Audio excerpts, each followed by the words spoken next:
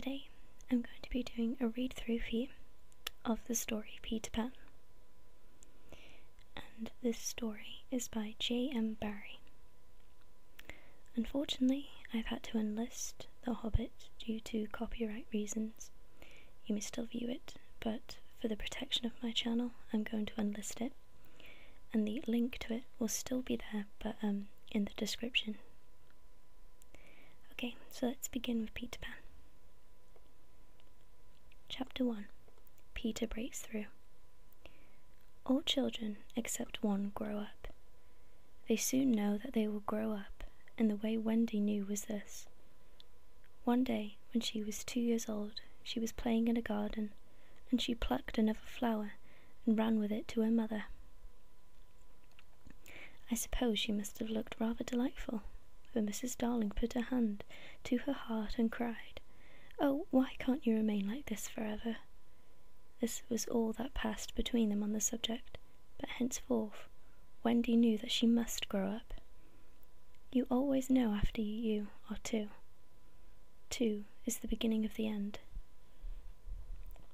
Of course they lived at 14, their house number on the street, and until Wendy came her mother was the chief one. She was a lovely lady with a romantic mind and such a sweet mocking mouth. Her romantic mind was like the tiny boxes, one within the other, that came from the puzzling East. However, many you discover that is always one more. And his sweet mocking mouth had one kiss on it that Wendy could never get, though there it was, perfectly conspicuous in the right-hand corner. The way Mr. Darling won her was this. The many gentlemen who had been boys when she was a girl discovered simultaneously that they loved her, and they all ran to her house to propose to her except Mr. Darling, who took a cab and nipped in first, and so he got her. He got all of her except the innermost box and the kiss. He never knew about the box, and in time he gave up trying for the kiss. Wendy thought Napoleon could have got it, but I can picture him trying and then going off in a passion, slamming the door. Mr. Darling used to boast to Wendy that her mother not only loved him but respected him. He was one of those deep ones who knew about stocks and shares. Of course, no one really knows, but he seemed to know, and he often said stocks were up and shares were down in a way that would have made any woman respect him. Mrs. Darling was married in white, and at first she kept the books perfectly, almost gleefully, as if it were a game. Not so much as a Brussels sprout was missing, but by and by whole cauliflowers dropped out, and instead of them there were pictures of babies without faces. She drew them when she could have been totting up. They were Mrs. Darling's guesses. Wendy came first, then John, then Michael. For a week or two after Wendy came, it was doubtful whether they would be able to keep her, as she was another mouth to feed. Mr. Darling was frightfully proud of her, but he was very honourable, and he sat on the edge of Mrs. Darling's bed, holding her hand and calculating expenses, while she was looking at him imploringly. She wanted to risk it, come what might, but that was not his way. His way was with a pencil and a piece of paper, and if she confused him with suggestions, he had to begin at the beginning again. "Now don't interrupt," he would beg of her. "I had £1.17 here, and 2 and 6 at the office. I can cut off my coffee at the office, say 10 shillings, making 2, 9 and 6. With your 18 and 3 makes 397. With 500 in my cheque-book makes 897. Who is that moving? 897. Dot and carry 7. Don't speak. My own, and then the pound you lent to that man who came to the door. Quiet. Child. Dot and carry child. There, you've done it. Did I say 997? Yes, I said 997. The question is, can we try it for a year on 997? Of course we can, George, she cried. But she was prejudiced in Wendy's favour, and he was really the grander character of the two. Remember mumps? He warned her almost threateningly, and off he went again. Mumps £1. That is what I have put down. but I dare say it will be more like 30 shillings. Don't speak measles. 1 5. German measles, half a guinea, makes 2 15/6. Don't waggle your finger. Whooping cough, say 15 shillings. And so it went on, and added up differently each time. But at last Wendy just got through, with mumps reduced to 12/6, and the 2 kinds of needles treated as one. There was the same excitement over John, and Michael had even a narrower squeak, but both were kept, and soon you might have seen the 3 of them going in a row to Miss Folsom's kindergarten school, accompanied by their nurse. Mrs. Darling loved to have everything just so, and Mr. Darling had a passion for being exactly like his neighbours, so of course they had a nurse. As they were poor, owing to the amount of milk the children drank, this nurse was a prim Newfoundland dog called Nana, who had belonged to no one in particular until the Darlings engaged her. She had always thought children important, however, and the Darlings had become acquainted with her in Kensington Gardens, where she spent most of her spare time peeping into perambulators, and she was hated by careless nursemaids, whom she followed to their homes and complained of to their mistresses. She proved to be quite a treasure of a nurse. How thorough she was at bath time, and up at any moment of the night, if one of her charges made the slightest cry. Of course her kennel was in the nursery. She had a genius for knowing what a cough is a thing to have no patience with, and when it needs stocking around your throat. She believed to her last day in old-fashioned remedies like rhubarb leaf, and made sounds of content over all this newfangled talk about germs and so on. It was a lesson in property to see her escorting the children to school, walking sedately by their side while they were well behaved, and batting them back into line if they strayed. On John's footer, in England was called soccer, footer for short, days she never once forgot his sweater, and she usually carried an umbrella in her mouth in case of rain. There is a room in the basement of Miss Folsom's school where the nurses wait.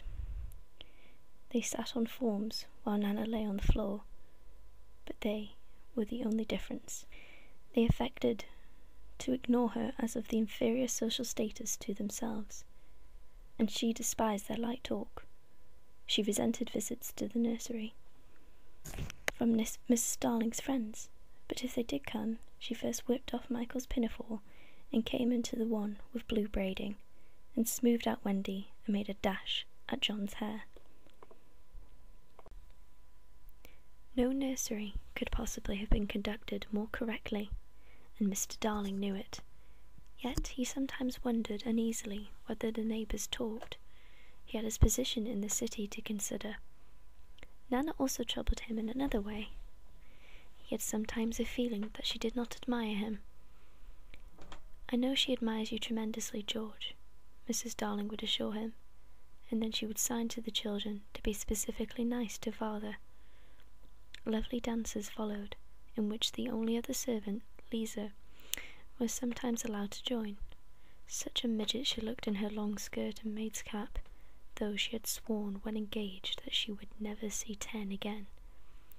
The gaiety of those romps, and gayest of all was Mrs. Darling, who would pirouette so wildly that all you could see of her was the kiss, and then if you had dashed at her you might have got it. There never was a simpler, happier family until the coming of Peter Pan. Mrs. Darling first heard of Peter when she was tidying up her children's minds. It is the nightly custom of every good mother, after her children are asleep, to rummage in their minds and put things straight for next morning, repacking into their proper places the many articles that have wandered during the day. If you could keep awake, but of course you can't, you would see your own mother doing this, and this would find it very interesting to watch her. It is quite like tidying up drawers. You would see her on her knees, I expect, lingering humorously over some of your contents, wondering where on earth you have picked this thing up, making discoveries sweet and not so sweet, pressing this to her cheek as making discoveries as if it was nice as a kitten, and hurriedly stowing them out of sight. When you wake up in the morning, the naughtiness and evil passions with which you went to bed with have been folded up small and placed at the bottom of your mind, and on the top, beautifully aired, are spread out your prettier thoughts, readier for you to put on. I don't know whether you have ever seen a map of a person's mind. Doctors sometimes draw maps of other parts of you, and your own map can become intensely interesting, but catch them trying to draw a map of a child's mind, which is not only confused but keeps going round all the time. There are zigzag lines on it, just like your temperature on a card, and these are probably roads in the island, for the Neverland is always more or less an island, with astonishing splashes of colour here and there, and coral reefs and rakish-looking craft in the offing, and savages and lonely lairs, and gnomes who are mostly tailors, and caves through which a river runs, and princes with his 6 elder brothers, and a hut fast going to decay, and one very small old lady with a hooked nose. It would be an easy map if that were all, but there is also first day at school, religion, fathers, the round pond, needlework, murders, hangings, verbs that take the dative, chocolate pudding day, getting into braces, say 99, 3p for pulling out your tooth yourself, and so on, and either these are part of the island, or they are another map showing through, and it is all rather confusing, especially as nothing will stand still. Of course, the Neverlands vary a good deal. John's, for instance, had a lagoon with flamingos flying over it, at which John was shooting, while Michael, who was very small, had a flamingo with lagoons flying over it. John lived in a boat turned upside down on the sands, Michael in a wigwam, Wendy in a house of leaves deftly sewn together. John had no friends, Michael had friends at night. Wendy had a pet wolf forsaken by its parents, but on the whole the Neverlands had a family resemblance, and if they stood still in a row, you could sort of see them, that they have each other's nose, and so forth. On these magic shores, children at play are forever beaching their coracles, or a simple boat. We too have been there. We can still hear the sound of the surf, though we shall land no more.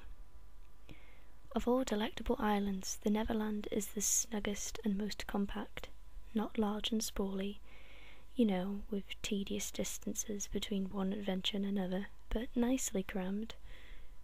When you play at it by day with the chairs and tablecloth, it is not in the least alarming, but in the 2 minutes before you go to sleep it becomes very real.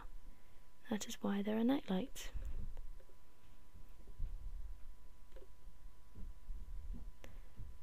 Occasionally, in her travels through her children's minds, Mrs. Darling found things she could not understand, and of these quite the most perplexing was the word Peter.